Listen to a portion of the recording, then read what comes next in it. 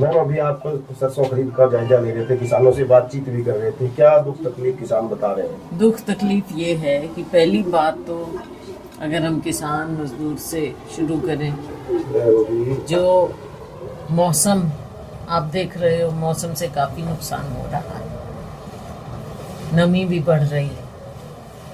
उसके अलावा मंडी में एंटर करना ही मुश्किल हो गया है किसान का। अब किसान अपनी मंडी में अगर एंट्री नहीं ले पाएगा, आप उसको फंसा दो, बायोमेट्रिक में फंसा दो, समय की पाबंदी लगा दो, गेट बंद कर दो, 8 गेटों वाली मंडी में केवल 2 गेट खोलो, कितनी देर वो कतार में खड़े रहें। फिर आप ये कहते हो कि भाई जिसकी ज़मीन है, अब अगर बुज़ुर्ग माँ बाप के नाम की ज़मीन है, उनको कहाँ वो बिठा के लेके आए, लाइन में बिठाएं, फिर ढेर पे बिठाएं, क्या करें। बायोमेट्रिक जो हाथ से काम करने वाला होता है, आपको पता है घिस जाते हैं हाथ। क्या बायोमेट्रिक का ये तमाशा कर दिया आपने। फिर आपको गवाह भी चाहिए। किस बात के गवाह चाहिए भाई? अगर आप कोई भी किसान अगर अपने मेहनत कर रहा है, खेती कर रहा है, अब उसको आप कह रहे हो कि गवाह भी लेके आओ, तो ये सरकार कर क्या रही है? सरकार कहाँ है? मेरा ब्यौरा मेरी फसल मेरा ब्यौरा। तो भाई वो फसल तो मेरी है, लेकिन ब्यौरा मैं किस किस को दूं, कहाँ कहाँ दूं और किस हिसाब से दूं? ऊपर से आड़तियों के ऊपर भी इन्होंने हर तरह से। अच्छा, अभी हम यहाँ पे थे, पल्लेदार बेचारे, पल्लेदारों की अपनी दिक्कत है। सबसे गरीब आदमी है पल्लेदार, जो यहाँ पे साल में क्या 2-3 महीने मुश्किल से उसको मजदूरी मिलती है।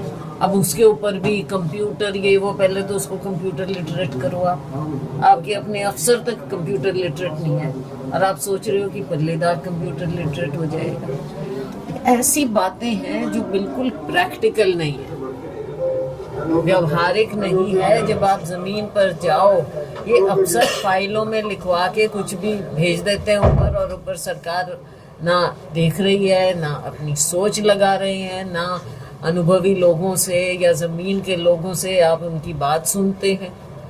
और वैसे भी ये किसान विरोधी सरकार रही है। जब कानून लेकर 3 काले कानून लेकर आए थे, हमने तभी कहा 1 साल किसान बैठा रहा, ऑलमोस्ट 1 साल। उनके साथ आपने करार किया, उसको नहीं आपने लागू किया। एमएसपी को कानूनी दर्जा दूर की बात लग गई है, अब तो एक सपना लग रहा है। एक बार उठा दिए, जाओ तुम अपने घर करो काम, आगे हम देखेंगे, मंडियों में देख लेंगे, नहीं तो तुमको या तो लाइन में आ जाओ। अब किसान के साथ अगर आप ऐसे करोगे तो ये भूल जाते हैं कि केवल बड़ी बड़ी कंपनियों से काम नहीं चलेगा। बड़ी कंपनियां ला रहे हो, वो मुनाफा कमा रही हैं अपना, लेकिन उनके मुनाफे पर या उनसे आप कुछ नहीं पूछते, उनको आप और काम देते जाते हो। मोनोपोली चल रही है आज के दिन इस देश में, 2-4 कंपनियों की, 2-4 लोगों की। लेकिन जो करोड़ों की संख्या में हमारे जनसंख्या का देख लो कि कितना हिस्सा हमारा है जो जमीन से जुड़ा हुआ, तो उन करोड़ों के बारे में आप क्या कर रहे हो? आप क्या सोच रहे हो कि 5 बड़े लोग देश में कमाई दिखा देंगे और आप ट्रिलियन इकोनॉमी की बात करोगे? तो गरीब तो, लेकिन गरीब तो अभी भी मूलभूत सुविधाओं से वंचित रह चुका है। हम कहीं भी जाते हैं और आप खुद देखते हो, आपका अनुभव है, आप जमीन पे घूमते हो, सड़क, बिजली, पानी, वो कहाँ से मिलेगा? कहाँ से मिलेगा? कौन देगा? ना गांव में ना शहर में। तो सरकार इन चीजों की ओर देख नहीं रही कि अगर अन्नदाता जहां से गरीब किसान मजदूर उपज पैदा करता है, उसी साल अगर ठीक उपज नहीं होती तो उसी साल आप देखते हैं कि सारी अर्थव्यवस्था का पहिया हिल जाता है, वो चल नहीं सकता। ये सरकार गूंगी बहरी, आंख से बंद, हर तरह से ये सरकार बस लोगों को गुमराह करना, नए नए स्लोगन देना। कोई लिख देता है इनके स्लोगन और वो अब पहुंच गए हैं 2047 की बात कर रहे हैं। विकसित भारत। विकसित विश्व गुरु, इतनी कहाँ ट्रिलियन इकोनॉमी, कुछ नहीं। स्लो डाउन एक चीज लगती है, चिंगारी। आप देखते हो कि लड़ाई छिड़ गई। अब लड़ाई हमारे पड़ोस में छिड़ी हुई है, सीधा इम्पैक्ट हमारे ऊपर आ रहा है ना। कैसे झेलोगे उसको? महीना 2 महीना कुछ पता ही नहीं वहां पे क्या हो रहा है।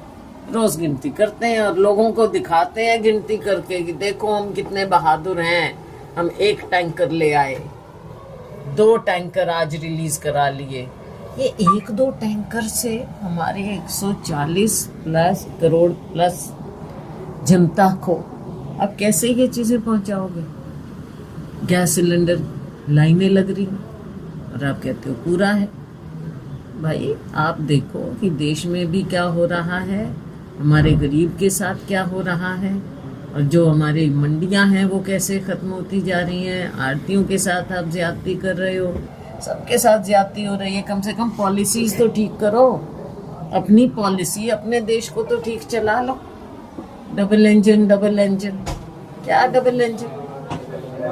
लोगों को कोई सुविधा मिल नहीं रही, अपराध इतना बढ़ गया है। आप पूछ लो, किसी भी मंडी में जाके पूछ लो। हम तो घूमते हैं सब तरफ, पूरे हरियाणा में भी घूमते हैं, बुरे हाल है। बहुत सी बातें, अब किस किस पर मैं नजर डालूं। हमने बार बार यहाँ पर ड्रग्स के मामले को उठाया है, नशा इतना, वो हमने इतना उठाया, बीमारियाँ इतनी फैल रही हैं, प्रदूषण इतना फैल रहा है, हमारी शिक्षा प्रणाली, ना नौकरियाँ, हर तरह से कभी कह देंगे अयोग्य हैं हमारे बच्चे। कहाँ जा रहा है हमारा प्रदेश? गेहूं खरीद को लेके जो बदलाव किया गया है उस हिसाब से तो एक दिन में एक मंडी में 200 ट्राली भी नहीं बिकनी और आनी है 2-2 हजार ट्रालियां, तो कैसे व्यवस्था बनेगी? कांग्रेस और आप लोग क्या करोगे इसमें बदलाव के लिए दोबारा? ये हम बार बार इस चीज को उठा रहे हैं। हमारे विधानसभा में भी हमारे विधायकगण हैं, उन्होंने उठाया है, हमारी पार्टी ने उठाया है, हम जमीन पर उठा रहे हैं, पार्लियामेंट में मैंने उठाया है। तो हर तरफ से चौतरफा हम लोगों की समस्याओं को उठा रहे हैं और जहाँ भी खड़ा होना होगा, आंदोलन करना होगा, कांग्रेस पार्टी कभी पीछे नहीं हटी है लोगों की आवाज उठाने में। किसान वैसे दोहरी माल झेल रहा है, एक बेमौसमी बारिश हो गई, ऊपर से ऐसे रूल हो गए। सरकार को किसानों के लिए कोई राहत, कोई रिलीफ नहीं देना चाहिए? हमने कहा है कि जहाँ भी, और लोगों की मांग है और जायज है, जहाँ भी आप ये देख रहे हैं कि इस तरह के, तो ओलावृष्टि बारिश, अभी हम खेतों में जाके आए हैं, वो तो बिल्कुल फ्लैट हुई पड़ी है। हमको तो लगा कि ये तो कटाई होगी, ऐसे खेत क्यों है, और जाके नजदीक देखा कि ये तो फ्लैट हुई पड़ी है, कटाई नहीं हुई। कटाई समान समझो, कुछ ना तूड़ी है ना दाना है। मैडम, लोकसभा के अंदर आपने मुद्दा उठाया किसानों का, और उसके बाद हरियाणा सरकार ने कल रात से ही जो ये पोर्टल खोल दिया है किसानों के लिए, क्या कहेंगे? क्या पहले जानते नहीं? मैं माफी चाहूंगी, पोर्टल खोलने की बात कहते हैं ये, अभी हम आए हैं ना, पोर्टल खुलते हैं इनके दिखावे के खुल जाते हैं। पोर्टल खेलने की आदत इस सरकार को हो गई है। ठीक है, पोर्टल खुले, लेकिन कितने लोग उसमें एक्सेस करके कितना कर रहे हैं? भाई जो जमीन पे हो रहा है उसको देख लो ना, गेम्स मत खेलो। गेम्स खेलने का टाइम नहीं होता, यही टाइम होता है किसान का, मजदूर का, आड़तियों का, अपनी अर्थव्यवस्था की नींव का। या आप महीना भर, 1.5 महीना भर सारी चीजें ठीक कर लो, कोई दिक्कत ही नहीं है। Ma'am, do you think that putting restrictions like geofencing and biometrics is a hidden motive of doing away with MSP and APMC markets? Absolutely, and this has been raised time and again by us, by me also, and by my whole party and our leader, Rahul ji and Kharge ji. The whole, we have always taken it up.